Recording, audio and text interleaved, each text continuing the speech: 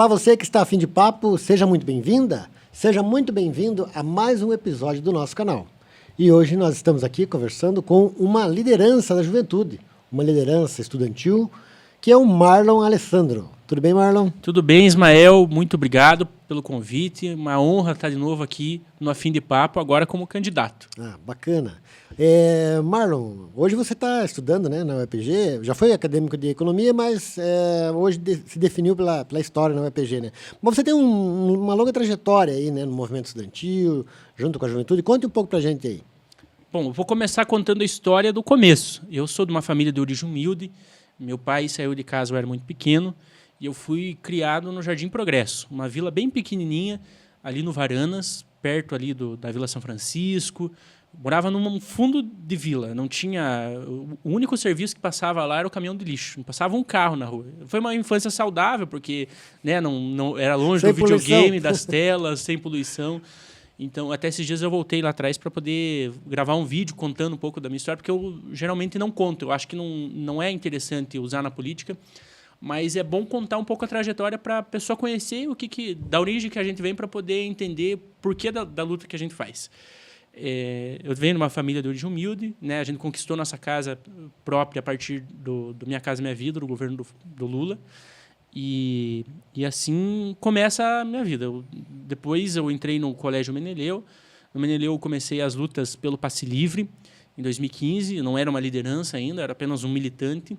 E ali eu entendi que quando a gente se organiza, faz manifestações, vai para a rua, levanta cartaz, briga, xinga, a gente conquista os direitos que a gente tem como cidadão. E depois teve um divisor de águas na minha vida, que foi as ocupações de 2016, que foi o maior momento de ebulição política da história do movimento estudantil do mundo. Não teve um outro movimento em todo o mundo que foi tão forte quanto teve e ocorreu aqui no Paraná. Em Ponta Grossa, quase 50 colégios foram ocupados, né? E eu participei da ocupação no Colégio Meneleu, um pouquinho do Regente, do Polivalente, do Júlio Teodorico. Alguns colégios eu participei, mas muito forte ali no Meneleu. Fiquei 18 dias dormindo ali todos os dias no colégio, né, vivendo a escola. E a partir dali eu saí com um ideal totalmente diferente, de esquerda, progressista, revolucionário até. Até então você não ligava muito para política ou você achava que estava tudo bem? Como é que era? Eu achava que estava tudo bem, não tinha nenhuma ideologia, nem conhecia sobre isso, né? Não tinha leitura suficiente para entender que era de direita ou de esquerda, e a partir dali, não vou dizer que fui doutrinado, porque foi por conta própria, mas eu fui caminhando com as minhas próprias pernas, pois resolvi me filiar no Partido dos Trabalhadores, onde eu estou até hoje. Fui filiado também por um breve período no PSOL, né, mas eu entendi que o Partido Socialismo e Liberdade, naquele momento, não era o que servia ao que eu pensava. Então, eu vim para o Partido dos Trabalhadores, porque entendo que é a maior ferramenta de luta do povo brasileiro, né? Minha mãe também tem uma trajetória já de ser uma militante do partido, de ajudar em muitas eleições do PT, de ter uma simpatia com o presidente Lula. E aí eu fui ficando, gostando, saí candidato a primeira vez e estamos aí até hoje. Bacana. Uma das coisas que salienta nas suas propostas é a questão do mandato participativo. Bem, hoje existe aqui em Ponta Grossa um mandato coletivo, né, que são várias pessoas que saíram, chamam um ao outro de co-vereador e tal, enfim. E você propõe um mandato participativo. Qual que é a diferença? Como é que funciona isso? O mandato coletivo é muito interessante. Aqui, no caso de Ponta Grossa, é um mandato coletivo inovador, teve uma experiência muito boa, muito válido. Mas ele tem uma limitação, porque as decisões do mandato coletivo se limitam aos 4 co-vereadores. No caso de Ponta Grossa, ou de quantos co-vereadores tiverem na região ou em outra cidade. O mandato participativo, em particular, e existem mandatos participativos dentro do PT, eu posso citar o caso da deputada estadual Ana Júlia, que é um mandato participativo, do deputado Tadeu Venere. Tá, como é que funciona isso? É um grupo maior de pessoas, né? Tem uma figura central, que é a liderança desse projeto, né? Que é o nome da urna, que é o ator do desenrolar da política, mas as decisões são tomadas de forma coletiva num grupo mais amplo. Então, no nosso conselho participativo, que a gente já criou há algum tempo, já desde 2020, e a gente foi amadurecendo o projeto, tem médico, tem advogado, tem enfermeiro, tem trabalhador... Quantas pessoas mais ou menos tem hoje já?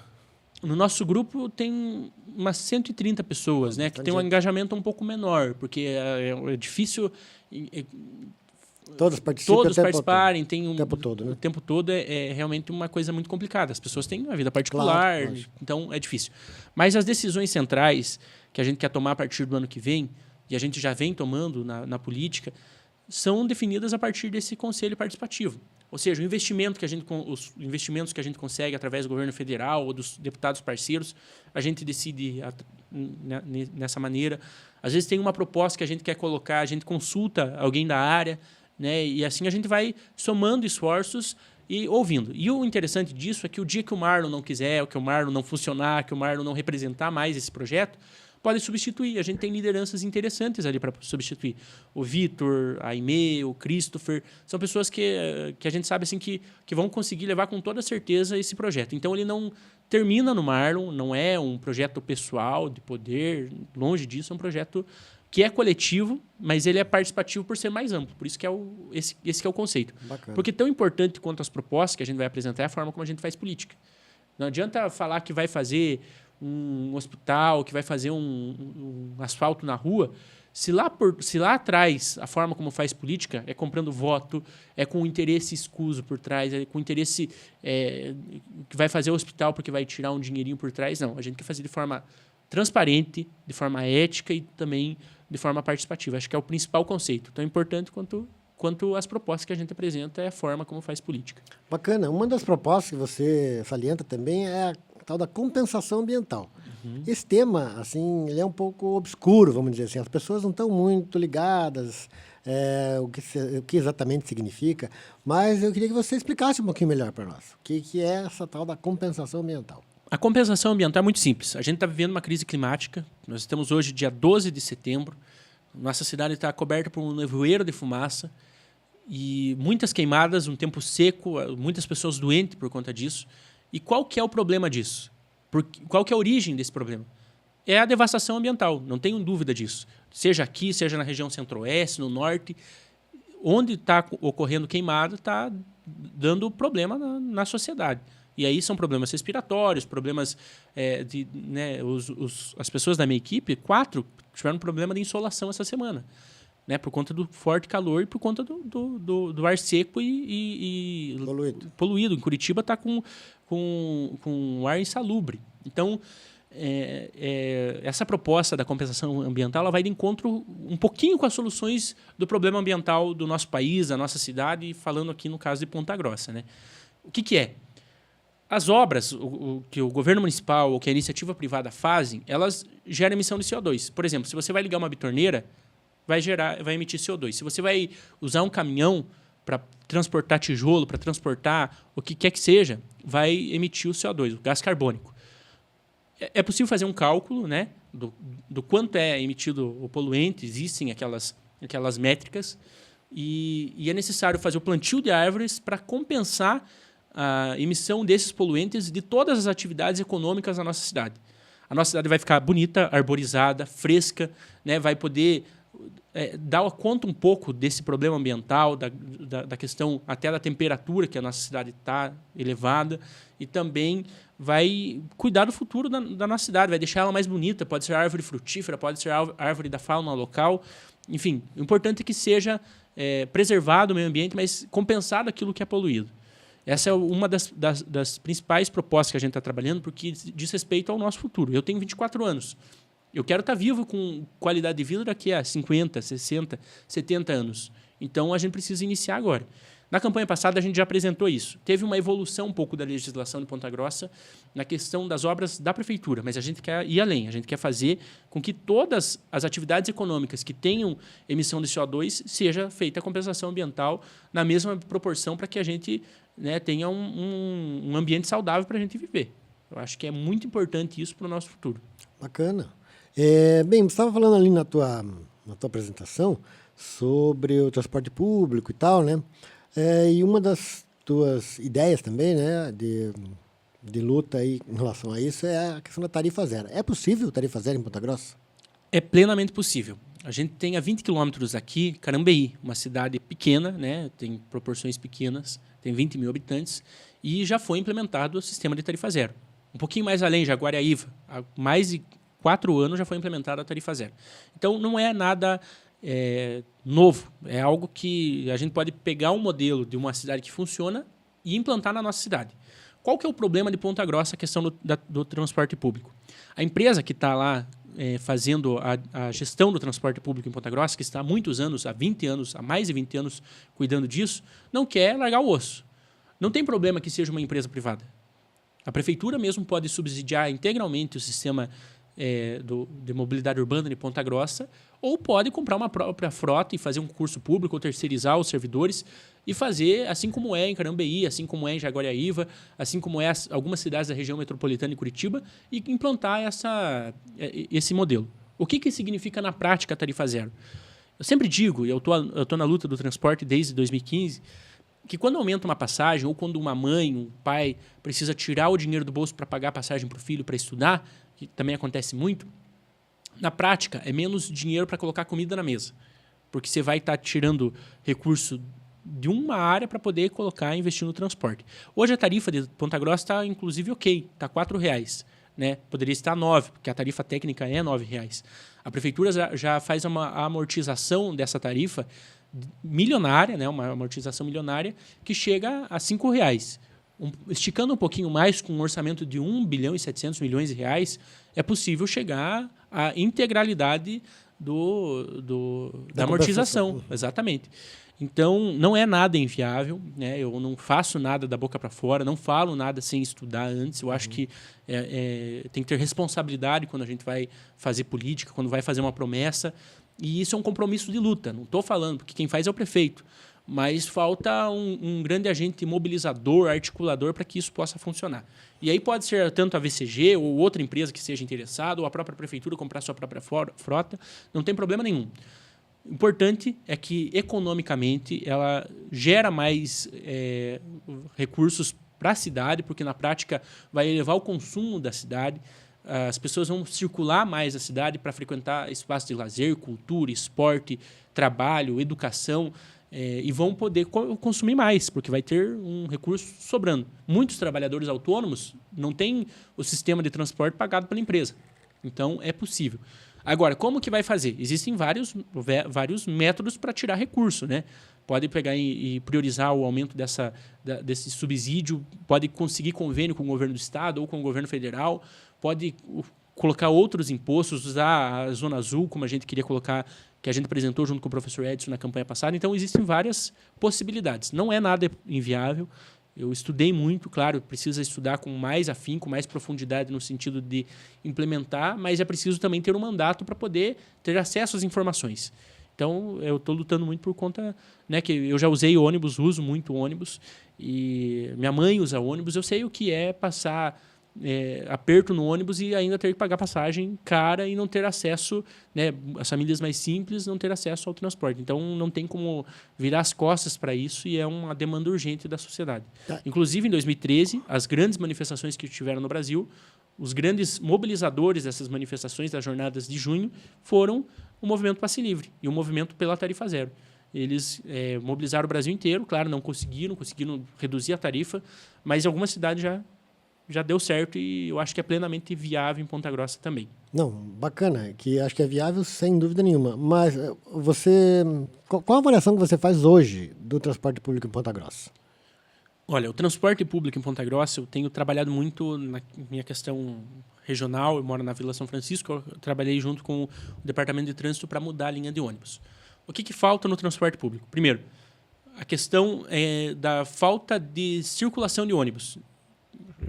Tem poucos ônibus. Poucos ônibus. Foram diminuídos 7 mil quilômetros de rodagem no perímetro urbano da cidade nos últimos anos da VCG. Por exemplo, na rua da minha casa tinha um ponto final de uma linha de ônibus que era o São Francisco via Serraria. Essa linha, durante a pandemia, foi retirada. Então, foi uma linha menos. Então, e foram retirados os ônibus que passavam nos horários de entre pico. Então, foi diminuindo a rodagem dos ônibus dentro da cidade. Um dos principais problemas também é a infraestrutura dos terminais. Os terminais estão sucateados. Por exemplo, o terminal do Varanas, o terminal central, agora eles, por conta da eleição, obviamente, estão fazendo uma mini reforma ali na rampa. Ruim. Mas está ruim. De maneira geral, é reclamação o tempo todo. Demora. Você sabe como é. Você trabalha no Varandas também, né? Sim. Você sabe a demora que é para chegar lá. Esses dias a gente mesmo se encontrou no ônibus e conversamos bastante. Então, é uma superlotação diária, é problemas todos os dias, é atraso. A retirada dos cobradores agora, que o Aliel entrou na justiça, a justiça voltou atrás e a empresa conseguiu ganhar a liminar de novo para poder continuar sem os cobradores. A falta de integração com a cidade. São vários problemas que são possíveis de resolver se tiver o empenho do Departamento de Trânsito da cidade, se tiver o empenho da autarquia municipal, não tem, né, mais, mas se tiver o empenho da empresa e principalmente do governo municipal em cobrar, porque é uma concessão pública. Então tem que ter essa cobrança para que o que está no contrato seja plenamente seguido. E aí atenda às demandas da população. Principalmente aos finais de semana, que também está muito complicado. Bacana. Bem, vamos para mais uma das tuas propostas, né? Ou uma das suas lutas, na verdade, que aconteceu tem ocorrido no estado do Paraná, né? E você como agora estudante da universidade, ensino superior, mas isso diz respeito especificamente ao ensino médio, que é a privatização das escolas. O governo do estado, né, aprovou pela Assembleia Legislativa e já está sancionado isso, a entrega de algumas escolas. Acho que no Paraná todos são, acho que 200, você deve ter esse número melhor que eu, e aqui na região são bastantes escolas também aqui na região. E vocês estão na luta contra essa lei. Primeiro explique um pouco para nós o que é essa privatização das escolas e por que ela é ruim. Por que ela é ruim? Vamos lá. O que é a privatização das escolas? O governo do estado quer entregar para a iniciativa privada a gestão da escola estadual, do colégio estadual. Qual que é o problema? Não tem... eles querem... A justificativa deles é que querem liberar o diretor e a coordenação pedagógica para poder cuidar da parte pedagógica, enquanto eles vão cuidar, a parte da iniciativa privada vão cuidar da parte administrativa do colégio. Papel higiênico, comida, limpeza, essas partes mais administrativas mesmo. Compras e tudo mais. Só que uma coisa não pode dissociar da outra. O projeto político-pedagógico de uma escola, ele tem que estar alinhado com os investimentos que a escola tem. Uma empresa privada não vai entrar lá para colocar mais computador, porque visa o lucro. Não vai entrar lá para comprar mais materiais de qualidade, porque visa o lucro. Agora nós entregamos num dos colégios que está na lista de privatização, que é o Colégio Arnaldo, lá no Tarubá, um kit esportivo de R$30 mil. 44 caixas de material esportivo para handebol, basquete, vôlei. A diretora Vanessa voltou com um carro cheio lá, que não cabia tanto material esportivo. Uma empresa privada não vai fazer esse investimento. O Colégio Arnaldo é um grande exemplo disso, porque eu estudei lá, há 10 anos atrás eu saí, e eu vi o quanto foi a evolução, a melhoria que teve o colégio com investimentos públicos. Nunca passou uma administração privada por lá. Então, eles pintaram, fizeram pequenas reformas, a parte política da política do plano pedagógico excelente, cuidando, né, dos alunos. Então, eu não consigo compreender que uma empresa privada vai entrar lá e vai fazer melhor do que quem tem formação apropriada para isso, né? Que tem uma formação voltada para a educação, voltado, né, para uma educação libertadora, para uma educação freiriana, e vai fazer melhor. Eu acho que não tem como fazer isso, até porque eles visam o lucro. E na medida em que eles vão visando o lucro, vai aumentando as demandas. Qual que é um dos problemas que está colocado junto da privatização? O governo do estado coloca que será repassado R$800 por aluno do colégio estadual cada mês para a iniciativa privada poder administrar esses R$800 para poder cuidar da merenda, do banheiro, da estrutura de tudo. Pagar água, luz. Água, luz, tudo. Só que hoje, no fundo rotativo de um colégio grande como é o Colégio Meneleu, que tem mais de 1.000 alunos em todos os turnos, o governo do estado paga R$4 mil no fundo rotativo para fazer esses reparos e fazer que a merenda escolar eles mandam à parte, mas R$4 mil para poder fazer esses reparos. E vez ou outra, dependendo da composição política, se o colégio estiver alinhado com o deputado do governo, estiver alinhado com o Núcleo Regional de Educação, eles mandam uma reforminha lá num escola nota 10, numa escola nota 1.000, 100.000, não sei como que é o nome desses projetos, para fazer uma pintura com detalhe, totalmente cinza. Eles não preservam a identidade do colégio. Os colégios, por exemplo, o Colégio Meneleu tem, historicamente, há mais de 70 anos, uma pintura amarela. É o estilo do colégio, é a identidade do colégio. Cada colégio tem uma identidade própria, que vai de acordo com o bairro, que atende às necessidades ali da comunidade, né? As pessoas têm uma identidade com isso. Tem uma cultura muito própria. E o governo do estado não tem respeitado isso e a iniciativa privada não vai respeitar isso. Então, eles fizeram um cadeião muitos colégios aí, porque a pintura que eles mandaram foram totalmente cinza. Das penitenciárias. Exatamente. Então, isso é muito grave na medida em que eles vão avançando. E qual que é o mais agravante de tudo isso? A oposição tentou emplacar uma emenda proibindo a cobrança de mensalidade nos colégios estaduais que forem privatizados. O governo não aceitou. Ou seja, abriu a brecha, abriu a porta que num futuro próximo, essas empresas, na medida em que vão assumindo e que vão vendo que não é, né, teoricamente não é possível manter, vão cobrar uma taxinha ali, uma taxa outra, que os colégios já estão se virando para poder ficar de porta aberta e poder manter toda a estrutura, porque não é retrocesso aí de uns 50, 60 anos, né? Porque antigamente você tinha que pagar para estudar. Exatamente. Então, é isso que está em risco. E além do que, as empresas, que seja for do Paraná, de São Paulo, não importa de onde for, está dando lucro para uma empresa privada no local que o servidor público do Paraná já faz perfeitamente bem. E aí, aqui em Ponta Grossa, me permita dizer, um plano de governo, um estudo de desenvolvimento econômico da cidade feito pela Masterplan, ele foi colocado entre as principais recomendações para o desenvolvimento da cidade, lá na página 118, a questão do estudo da viabilidade da privatização da escola municipal. 3 candidatos à prefeitura assinaram esse plano. 3 candidatos dos principais. O Aliel foi o único que não assinou. A vice da Mabel Canto, a Sandra Queiroz, foi a coordenadora desse plano. Por eu falar sobre isso, eu vou avançar um pouco nessa pauta, e eu pegar a questão do Rangel, que ele votou a favor da privatização lá no Estado, na Assembleia Legislativa, e assinou esse compromisso, e eu fiz uma live contando isso, eu fui censurado, né, porque é uma teoria. Claro que é possível implementar, e ele assinou um compromisso com isso. Se ele leu ou não leu, é responsabilidade dele, mas está lá na página 118. Eu li. Eu sei o que está em risco, o que está em jogo. Eu tenho dito e alertado as pessoas sobre isso. Primeiro eu recebi uma liminar da Justiça Eleitoral para poder me censurar e depois uma condenação de R$5.000 por ter falado sobre isso. E qual que é a alegação? Fake news. E a nossa defesa, até o advogado Pietro, que fez a defesa com 22 páginas, deixou explicitamente claro que, primeiro, um cerceamento da liberdade de expressão, mas o fundamental, foi comprovado por A mais B que é possível, sim, eles fazerem, porque eles assinaram esse compromisso. Não fui eu que tirei da minha cabeça.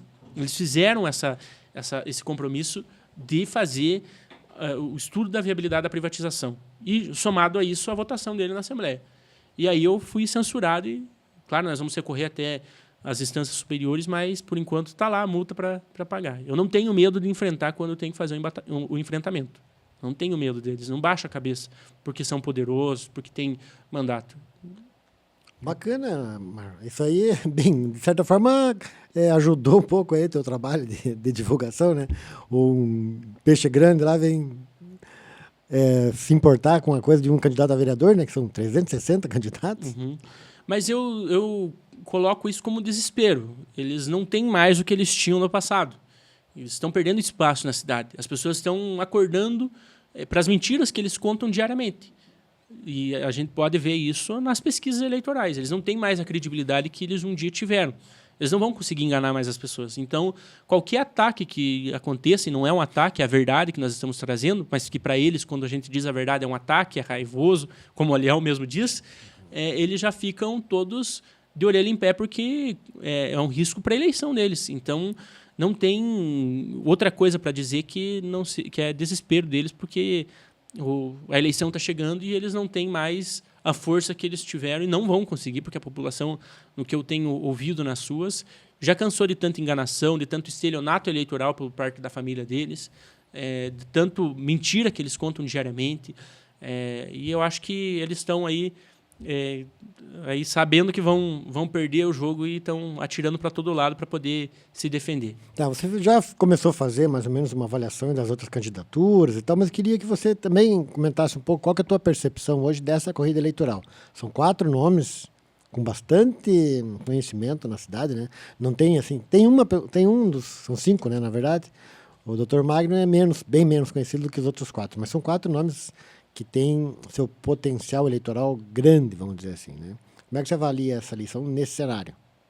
Eu avalio como uma semifinal da Copa do Mundo. Tem 2 times. Um lado é o time da prefeita e do Marcelo, e outro lado que estão disputando é o time da Mabel contra o Aliel.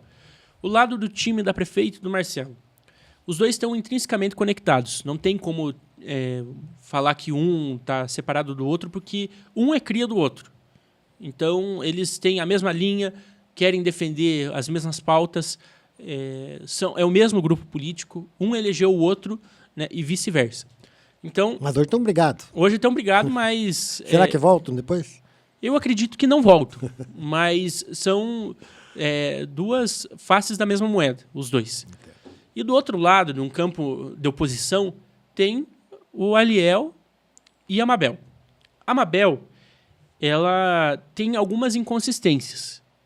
Ela não teve um trabalho muito forte na cidade, né? Ela não conseguiu, mesmo sendo deputada há 6 anos, entregar muitas coisas para Ponta Grossa. Então, isso é uma dificuldade crônica que ela vai enfrentar durante a eleição. O outro ponto é que ela tem uma chapa de vereadores fraca. Se resume à tentativa da reeleição da irmã dela, né, com todo respeito, mas não tem um grupo forte que consiga tracionar politicamente para levar ela para o segundo turno. Então, essas são as inconsistências. Além de que ela carrega, junto com ela, uma vice que historicamente é contra os trabalhadores, que assinou uma moção pedindo que os eleitores que recebiam Bolsa Família não pudessem votar. Então, ela carrega isso também.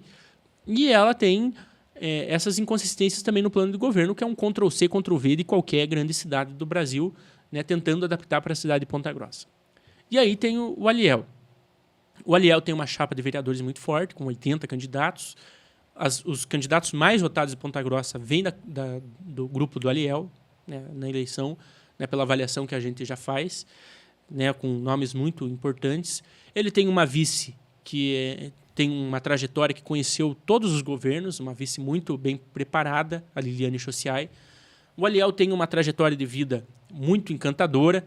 Eu, inclusive, apesar eu tenho refletido ultimamente que se assemelha um pouco com o Lula, porque vem de origem humilde, né, trabalhador, que está chegando lá e está conseguindo mostrar um pouco de diferença comparado aos outros.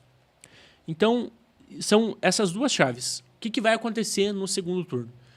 Se houvesse uma opinião pública mais forte na cidade de que deveria haver continuidade, a Elizabeth iria para o segundo turno, iria ganhar a eleição, e que não é o que vai ocorrer. Então, existe uma opinião pública muito forte pela mudança. E o que mais consegue representar a mudança em Ponta Grossa é o Aliel. Não tenho dúvida disso. Pela trajetória, pelo trabalho que ele já apresentou, ele não abandonou a cidade para ficar fazendo um tudo ou nada, né, na oposição. Ele fez uma oposição responsável, trazendo recursos, trazendo investimento. Então, ele tem toda uma credibilidade para poder pedir o voto. E na medida em que ele vai saindo às ruas, vai aparecendo, as pessoas vão saindo da dúvida entre Mabel, Aliel, Mabel e Beth, e vão colocando, né, a confiança no Aliel. E o Aliel tem uma trajetória que os outros candidatos não têm. Ele é o único candidato que nasceu e vive até hoje na periferia de Ponta Grossa. Ele é o único candidato que foi eleito entre os 100 mais influentes do Congresso Nacional, entre os deputados e senadores. Ele é o único candidato que não é do baixo clero, que conseguiu ser presidente de 3 comissões permanentes da Câmara Federal. Ele é o único candidato que representa, de fato, a mudança, porque tudo que a população mais pobre de Ponta Grossa já passou, e eu já passei também, ele já passou e passa diariamente. Então, eu acredito que ele consegue representar bem essa mudança, e no segundo turno isso vai ficar muito claro e vai conseguir virar esse jogo e vencer a eleição. É essa avaliação que eu faço, sem dúvidas nenhuma. O Aliel, assim, não só o Aliel, né, todas as pessoas de esquerda, como você e qualquer outro candidato, sofre em Ponta Grossa com uma certa rejeição ao PT. né? O que, de certa forma, não tem muita consistência, vamos dizer assim, né? Mas, porque o PT ajuda muito Ponta Grossa, né? Como que você lida com essa coisa de... todo mundo fala, uma cidade muito conservadora, aqui petista não se cria, não sei, como é que você lida com isso? E como é que você acha que o PT cuida de Ponta Grossa, ou deixa de cuidar? Ou cuida... Eu acho que o Aliel leva totalmente gratuita essa rejeição do PT, porque ele nunca foi filiado no partido, né? Apesar de sempre ter uma votação muito coerente lá na Câmara Federal. E o PT, como você mesmo disse, foi o governo que mais fez entregas para Ponta Grossa. 19 mil casas Minha Casa Minha Vida é qualidade de vida para as pessoas. É geração de emprego e renda na construção civil, no comércio, em diversos setores da sociedade. Os 30 médicos que foram recepcionados pela ministra da Saúde ano passado aqui em Ponta Grossa é cuidar da atenção primária da saúde da nossa cidade. É cuidar das pessoas que mais precisam lá na periferia, que estão com uma consulta atrasada, que estão na fila do SUS esperando por um especialista. Então, o PT tem credibilidade para poder pedir o voto, muito mais do que qualquer outro candidato na nossa cidade. E aí eu posso elencar todas as obras aqui, que é a UPA do Santa Paula, a Universidade Tecnológica Federal do Paraná, as 3 mil casas que o governo federal quer fazer em Ponta Grossa em parceria com a Aliel a partir do ano que vem, a federalização do aeroporto de Santana, trazendo mais investimentos para a cidade, fazendo com que a cidade tenha mais desenvolvimento, seja mais atrativa para negócios, a geração de empregos, o Bolsa Família, o Pé de Meia, as obras do PAC, as obras de pavimentação, muitos liberados pelo empréstimo da Caixa aqui em Ponta Grossa. Ou seja, tem muita gente que chora de barriga cheia, mesmo recebendo recursos e benefícios do PT. Muitas vezes, quando eu vou nos conjuntos habitacionais Minha Casa Minha Vida, Costa Rica, Londres, Panamá, Jardim Maracanã, enfim, os vários conjuntos habitacionais aqui da cidade, eu vejo as pessoas rejeitando o PT muito... Não estou dizendo que as pessoas têm que ser gratas, não é por isso. Mas é preciso analisar quem fez e quem vai fazer pela cidade de verdade. Então, eu acho que a gente leva uma rejeição totalmente gratuita. É natural por conta do clima de ódio que a gente enfrentou nos últimos anos. Como eu mesmo disse agora há pouco, quando a gente fala a verdade, alguns grupos políticos da direita e da elite conservadora tratam como se fosse ataque. E também o submundo da internet, que funciona através de fake news, os medos que as pessoas colocam, taxando a gente de comunista, taxando a gente que vai fechar a igreja, que vai liberar o aborto, que vai liberar tudo, né, que eles consideram ruim. Então, a gente leva essa pecha de brinde. Mas, ao mesmo tempo, a gente tem muita solidariedade daqueles que entendem, né, a necessidade dessa luta, que entendem a necessidade que é o Partido dos Trabalhadores, que é essa ferramenta de luta que muda a realidade da vida das pessoas. Bacana. E, bem, você você já foi candidato na eleição anterior, né? Quando o PT teve uma eleição muito difícil, né? O professor Edson foi candidato, enfim, a gente estava só com o PCdoB, né? PT e PCdoB numa coligação, poucos candidatos, enfim, poucos recursos, mas você teve algum protagonismo dentro dessa eleição. E agora, quais são as tuas probabilidades, vamos dizer assim, de eleição ou de, pelo menos, marcar uma posição interessante dentro do cenário político? Eu, inicialmente, não tinha o desejo de sair novamente candidato a vereador, porque a eleição de vereador é a eleição mais difícil da República. Você mesmo citou, e Ponta Grossa tem 360 candidatos. E aí sai o rapaz da farmácia, o rapaz da mercearia, o médico, o vizinho, o primo, o tio, o papagaio, o cachorro, sai todo mundo. O que a gente precisa analisar nessa eleição é a qualidade dos candidatos. Eu costumo dizer que eu não sou melhor nem pior que nenhum dos outros candidatos. Cada um tem seu valor, cada um é ser humano, né, tem uma trajetória de vida que levou a empurrar para a candidatura, seja de direita, de esquerda, o que for. Mas eu falo que eu sou diferente, porque a gente tem toda essa trajetória que não é só eleitoral. É um compromisso de luta que, ano de eleição ou ano sem eleição, a gente está organizando manifestação, está fazendo ocupação, está lutando pelos direitos da maioria. Eu aprendi também que na política a gente precisa organizar as lutas coletivas para que a gente possa dar condições, né, das pessoas terem os direitos que elas têm, né, que garante a Constituição, que garante, né, a vida delas para melhorar. Então, eu decidi sair candidato nessa na medida em que eu estava analisando o cenário da eleição municipal e principalmente do Partido dos Trabalhadores, vendo da necessidade da transição geracional que o PT tem em Ponta Grossa, mas não só em Ponta Grossa, mas no Brasil inteiro, em diversos municípios. Rodando a região dos Campos Gerais, eu percebi que os nossos companheiros valorosos, que já fizeram muito pelo partido, fundaram o partido, levaram ele ao poder, mudaram a vida das pessoas, estão ficando cabelo branco, estão envelhecendo. Não é ruim, as experiências são boas, mas precisa dar continuidade. E eu escuto muito, né, que as lideranças do passado enfrentam uma rejeição por ter saído diversas vezes candidatos, e é natural que isso ocorra, essa rejeição. Que aí é uma rejeição um pouco da política, mas também a reeleição e toda aquela ladainha que toda eleição tem, né, de renovação e tudo mais. Eu acredito que precisa ter a transição geracional para a continuidade do projeto, para que o projeto não se finde em projetos pessoais, mas sim em projetos coletivos. Então, analisando e olhando para dentro do partido e o cenário municipal, eu não podia fugir e me esconder de sair candidato nessa eleição. E esse conselho participativo que a gente montou na eleição passada estava me atormentando o juízo desde então, que eu devia sair candidato. E eu não queria também, porque esse ano é o ano do TCC. Então, é um ano bem delicado para poder... Só terminando o curso de História, é isso? Isso, terminando o curso de História. A avaliação que eu faço, que o Partido dos Trabalhadores consegue, dentro da Federação Brasil da Esperança, que compõe o PV, o PT e o PCdoB, consegue eleger 2.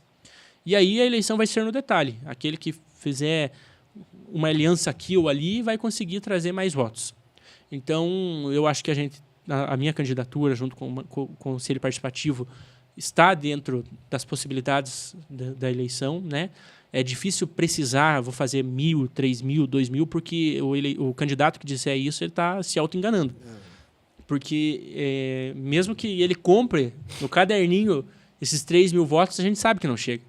A política funciona um pouco da emoção, mas também de formar uma onda, né, de que as pessoas vão acreditar nesse projeto que você está defendendo e também na capacidade do líder de articular.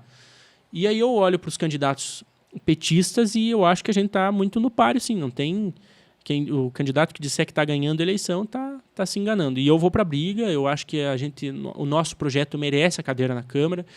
E como eu disse que não termina, né, numa candidatura pessoal, mas num projeto coletivo, o nosso grupo está bem animado para poder fazer acontecer. E eu quero aproveitar a deixa para agradecer todas as pessoas que estão auxiliando, porque é um projeto de muitas mãos. Agora tem várias pessoas que estão na rua trabalhando. O Jorge, o Kaleber, a Amanda, que está lá no Calçadão. Nesse momento, estão trabalhando, estão fazendo acontecer. Que acreditam no projeto. Não é por uma questão meramente financeira. É por uma questão que o que a gente está defendendo é algo que vai mudar pontualmente a vida das pessoas, mas de pequenas e pequenas mudanças a gente faz uma revolução. Então, quero agradecer também o Bento, o Pipe, o Felipe, todo mundo que está ajudando, o Vitor, a Aimee, são muita gente. Não trouxe o caderninho, se ferrou agora, vai. A Raquel, o Vitor, o Matheus, é muito voluntário também nesse projeto. Então, a gente está conseguindo virar voto, crescer na campanha, a gente está sentindo o retorno das pessoas nas ruas, né, principalmente também na região do Varanas, que eu sou de lá, mas o PT tem essa característica de pegar voto na cidade inteira, né? Então, sim, a gente tá fazendo uma campanha muito bonita. Uma campanha de resistência também, porque uma campanha eleitoral não é fácil. Eu falei que os meus 4 funcionários meus ficaram detestados essa semana por conta de insolação, é um pouco disso que a gente enfrenta diariamente na rua, né? Às vezes um xingamento por conta dessa rejeição, mas também não é uma rejeição do Marlon, uma rejeição à política, uma rejeição um pouco também ao partido. Então, a gente vai enfrentando isso. E eu não sou candidato a prefeito, então eu preciso de ter ali 1% do eleitorado que gosta do nosso projeto e a gente vai trabalhar sério a partir do ano que vem para defender eles. Tá bacana. Você quer ser vereador e você... quero saber qual que é a tua avaliação da Câmara de hoje. A composição na Câmara. Isso. Do trabalho que a Câmara tem feito, ou não tem, ou tem deixado de fazer. Assim, o que você poderia elencar de bom e de ruim no que está acontecendo hoje? Qual que é a tua avaliação? Uma avaliação sobre o trabalho do Legislativo Municipal atualmente. O Legislativo Municipal, ele tem algumas particularidades no Brasil que é engraçado de Ponta Grossa.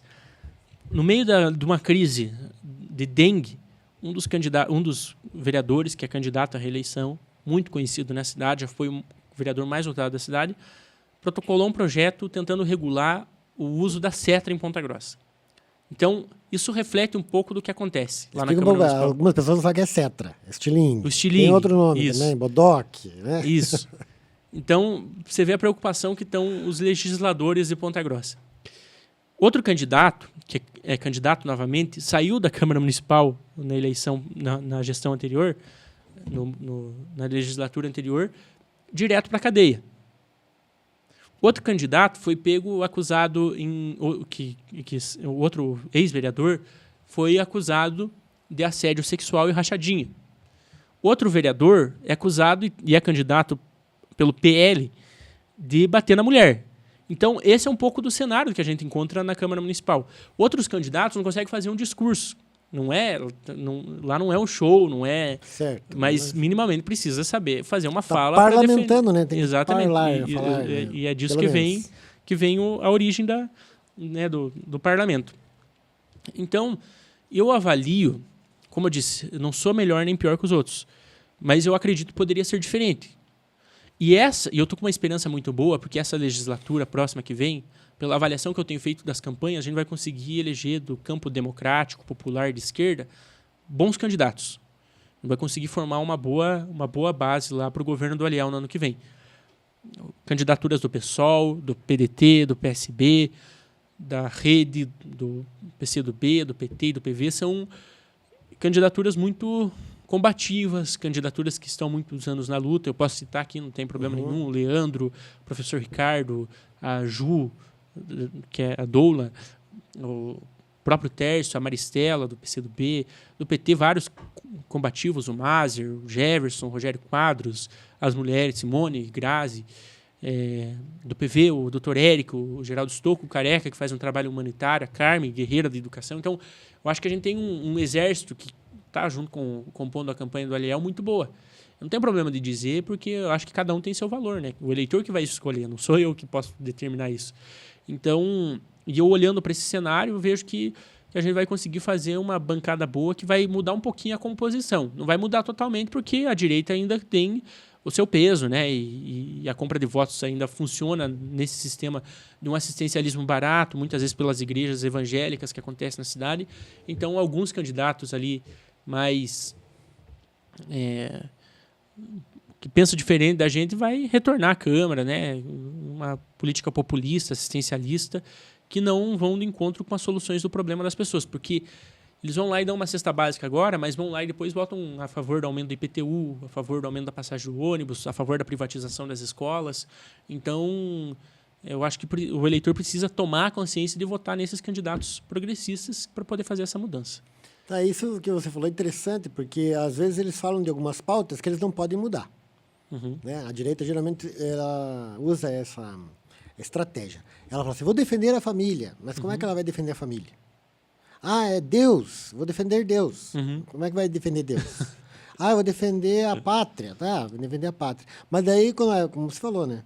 No que interessa mesmo ali, hora de destinar recursos para a saúde, para a educação, ou, né, de colocar um aumento lá na tua taxa do IPTU ou em outras coisas, acabam votando contra as pessoas, contra a população. Né?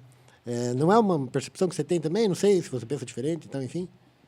É exatamente isso. Eu acho que tem muito candidato que é hipócrita, né? E vereador que é hipócrita, porque na hora de falar que estamos juntos, dá tapinha nas costas, abraça, né? Entrega uma cesta básica e depois ferra, né? Votando a favor do aumento de IPTU, a favor do aumento de passagem de ônibus. Acontece muito isso. E também a troca de favores que existe na prefeitura.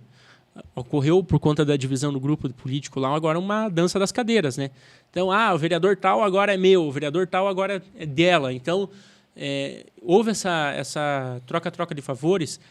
E olhando para o quanto é o custo de uma eleição, de uma campanha eleitoral, que é tudo muito caro, contratação de pessoa, internet, gasolina, campanha de rua, alimentação para a equipe, é tudo muito caro. Eu chego à conclusão que muitas vezes não se paga o salário e o projeto. Então, não há dúvidas nenhuma que existe muito desvio de dinheiro, corrupção, né? Empresas pagando por votações lá dentro da Câmara e troca de favores que com certeza ocorre principalmente com esses que têm as costas quentes com o governo, né? Que são, independente de governo que for, sejam estão lá, estão junto. Não vou citar nomes, né? Não me compete, eu não estou acusando ninguém, mas pela... É uma prática... pela experiência, né? que a gente tem, obviamente, que ocorre esse tipo de prática. E a gente viu recentemente, né? Teve o escândalo do Star Digital, do mercado da família, da Prolar, enfim, vários escândalos do governo anterior, né? Então, a gente sabe o que ocorre. Uhum. Então, Marlon, bem, vou deixar aberto para você. Você está com a tua propaganda aí, tá, enfim, né, tem tuas pautas, tá, enfim, para você salientar mais algum ponto aí interessante aí da tua luta, da tua campanha, o que você acha importante falar para o eleitor.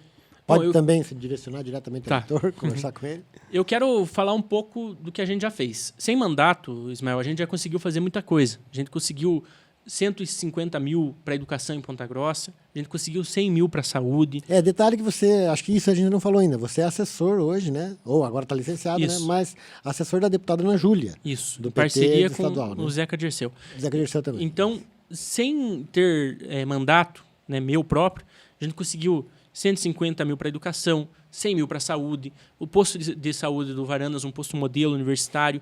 A gente conseguiu entregar investimentos do governo federal através do programa do Procatadores para poder levar cestas de alimentação para os catadores de Ponta Grossa.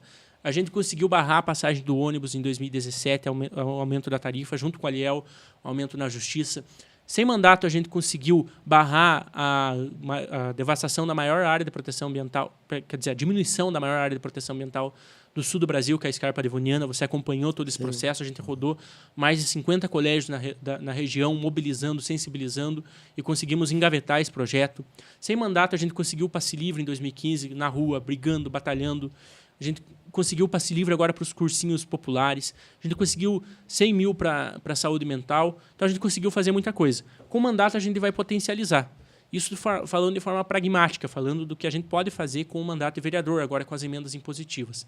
E no mais, defender o governo federal, uma boa relação para que venham mais recursos, para que venham mais médicos, para que sejam construídas mais casas do Minha Casa Minha Vida, e que a gente consiga melhorar de pouco em pouco a vida das pessoas, que é isso que é o fundamental. A política só serve se for para transformar e cuidar um pouquinho mais das pessoas no cotidiano. Por exemplo, eu consegui mudar a linha do ônibus da minha vila. O ônibus passava por fora da vila, algo sem sentido nenhum. E o ônibus era da vila. Então, ele passava lá na avenida principal e esquecia do fundo do bairro. As pessoas tinham que descer 5, 6, 7 quadras e, às vezes, no dia de chuva, no frio, longe de casa, com sacola, cansado do serviço, ou ir, né, andar tudo isso para conseguir pegar o ônibus. A gente conseguiu mudar essa linha do ônibus. É uma coisa pequena? É uma coisa pequena, mas já mudou a realidade da vida das pessoas, porque é 5 minutos a mais na casa com a família, é menos cansaço, é menos esforço, né? O trabalhador sofre muito em Ponta Grossa, a gente tem que cuidar disso. E eu gosto dessas lutas coletivas, que de pouco em pouco vai transformando a vida das pessoas. Eu acredito que a gente precisa pensar globalmente, pensar nos problemas que o mundo tem, mas a gente não pode virar as costas e deixar de agir localmente, onde os nossos pés tocam, onde a gente consegue fazer as mudanças que melhoram a vida das pessoas. E pedir o voto no 13613 para vereador. Eu acho que a gente vai conseguir representar bem lá a partir do ano que vem na Câmara. A gente já está trabalhando sério e queremos continuar fazendo esse serviço em defesa dos estudantes, em defesa da população do Varandas, em defesa dos trabalhadores de Ponta Grossa e também em parceria com a Aliel mudar o pouquinho que a gente conseguir já é uma vantagem e melhora a vida das pessoas. Bacana, obrigado, Marlon. Obrigado pelo convite, sempre à disposição. Tá, bacana. Obrigado a você que esteve com a gente nesse pouco mais de uma hora, quase uma hora, para falar sobre política, um assunto interessante que compete a todos nós e também nesse momento tão importante que são as eleições de Ponta Grossa. Então, muito obrigado pela sua participação. Comenta essa entrevista, curte, compartilha com os amigos e isso ajuda também muito o nosso canal. E até mais para você que está a fim de papo.